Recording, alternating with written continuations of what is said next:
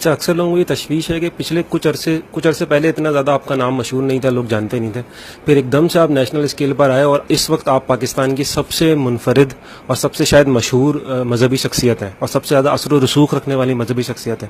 تو کیا اس عرصے سے پہلے بھی کوئی مذہبی جدوجہد تھی یا یہ اچانک شروع ہوئی؟ تو جب سے وہ سنبھالی ہے تو یہی کام کر رہا ہوں. میں نے ختم نبوت 74 میں بھی حصہ لیا، ٹھیک ہے، اور 77 میں بھی حصہ لیا، اور جو بھی تاریخیں چلی میں اس کے اندر رہا، لیکن لیڈر کے طور پر نہیں، ایک کارکن کے طور پر رہا.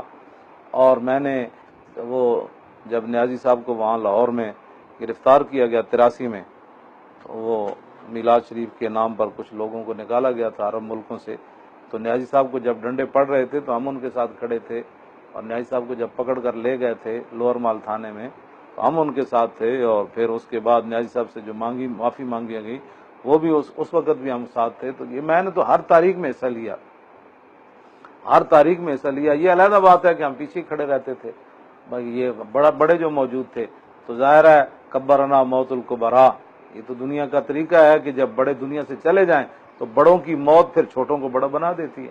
یہ تو حیرانگی والی بات نہیں ہے، یہ تو دنیا کا قانون ہے کہ بڑوں کی موت سے چھوٹے بڑے بنتے ہیں. اب باپ فوت ہوتا ہے تو بیٹا اس کی جگہ آتا ہے، پھر وہ دادا بنتا ہے، پھر وہ آگے آتا ہے، پھر اس کے بیٹے آگے سے بنتے ہیں. تو یہ کیا بات ہوئی جی، کل تو یہ دادا نہیں تھا آج دادا بن گیا؟ تو دادے کی عمر جب ہوئی ہے تو دادا تو اس نے بننا تھا. کل یہ باپ نہیں تھا تو آج باپ کیسے بن گیا؟ بھائی وہ عمر 10 سال میں باپ تھوڑا بننا تھا، جب وہ بلوغت کو پہنچا شادی ہوئی تو اس نے باپ بننا ہی تھا. یہ کیا سوال ہو گیا کہ جی یہ کل کہاں تھا؟ یہ تو ایسی ہی ہے جی، کل آپ کے بچے نہیں تھے تو آج کہاں سے آ گئے؟ یہ کوئی سوال ہے کرنے والے؟ یہ اور بات ہے، درد اور دوائیاں. اور جو بات جن کو درد ایسا ہے وہ اپنا درد بیان کریں.